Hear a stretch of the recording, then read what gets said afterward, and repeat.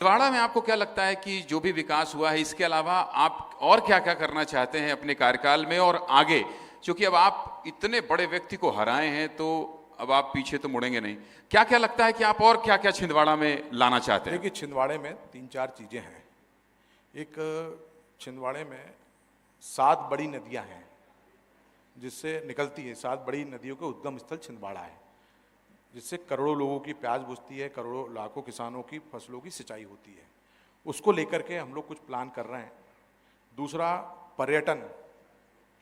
जितना दूसरे जिलों के क्षेत्र बढ़ गए उतना किसी ने विशेष ध्यान नहीं दिया पर्यटन में। हमारे यहाँ पतालकोट है, हमारे यहाँ तामिया जैसे क्षेत्र हैं, और भी अंदर आप जाएंगे तो एक अलग ही आपको वो पर्यटन की दृष्टि से छिंदवाड़े का डेवलपमेंट करना है। हमारे यहाँ पर कोयला, प्रकृति ने भरपूर मात्रा में कोयला दिया है। कोयले की खदानें लगातार बंद हुई है, उसको कैसे विकसित करके, क्योंकि छिंदवाड़े की जो पहले चमक थी वो कोयले की खदानों के कारण थी, लेकिन कुछ कारणों से खदानें बंद होती चली गई। जो प्रतिनिधि रहे, उन्होंने, जनप्रतिनिधि रहे, उन्होंने ध्यान नहीं दिया, लेकिन अभी हमने प्रयास किया है तो मुझे लगता है कि 2 नई कोयले की खदानें जल्द खुलेगी। छिंदवाड़ा देखा जाए तो हार्ट ऑफ द इंडिया आता है, तो यहाँ से रेलवे की सुविधाएं भी बढ़नी चाहिए। मैंने मांग भी किया हूँ कि एक नई रेलवे लाइन, जिससे दक्षिण से उत्तर जाने वालों को और उत्तर से दक्षिण जाने वालों की दूरी कम हो, समय बचे। अगर एक नई छिंदवाड़े से रेलवे लाइन छिंदवाड़ा, नरसिंहपुर, सागर और ग्वालियर से जाकर के जुड़ती है तो कम से कम 125 किलोमीटर की दूरी होगी, और इससे छिंदवाड़ा जो है हमारा रेलवे की दृष्टि से केंद्र में आ जाएगा। तो ये जो सारी आपकी मांग है, ये सब आप सरकार, अब तो डबल इंजन, मुझे लगता है ट्रिपल इंजन है।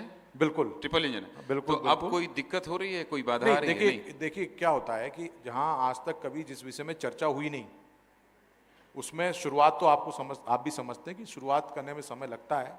अभी हम लगे हुए, मैंने संसद में भी रेलवे की बात उठाया, पर्यटन के क्षेत्रों को बढ़ाने की बात की, और कोयले की जो खदानें हैं वो तो अभी हम उद्घाटन करेंगे कुछ दिनों में। तो यह शुरुआत हो चुकी है। मैं तो धन्यवाद भी देना चाहता हूँ अपने केंद्रीय नेतृत्व का, प्रदेश नेतृत्व का, कि हमने मांग करी कि छिंदवाड़ा से लेकर के सावनेर तक और छिंदवाड़ा से लेकर के सिवनी तक के 4 लेन बनाया जाए। तो माननीय गडकरी जी ने 2,500 करोड़ रुपए की सड़कों की घोषणा कर दी। बहुत जल्द उसमें काम चालू होगा। माननीय मुख्यमंत्री जी का धन्यवाद देना चाहता हूँ। उन्होंने, हमने जो जिन सड़कों की मांग करी है, पिछले लगभग 1.5 साल में 800 करोड़ रुपए से अधिक की सड़कें छिंदवाड़ा में आई है।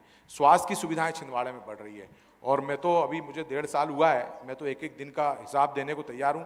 लेकिन दुर्भाग्य है, जिन्होंने 45 साल काम किया वो अपने 45 साल का हिसाब नहीं देते हैं, मुझसे 1.25 साल 1.5 साल का हिसाब मांगते हैं। तो मोदी जी के नेतृत्व में और मोहन यादव जी के नेतृत्व में हम छाती चौड़ी करके अपने 1.5 साल का भी हिसाब देते हैं। अच्छा, दूसरी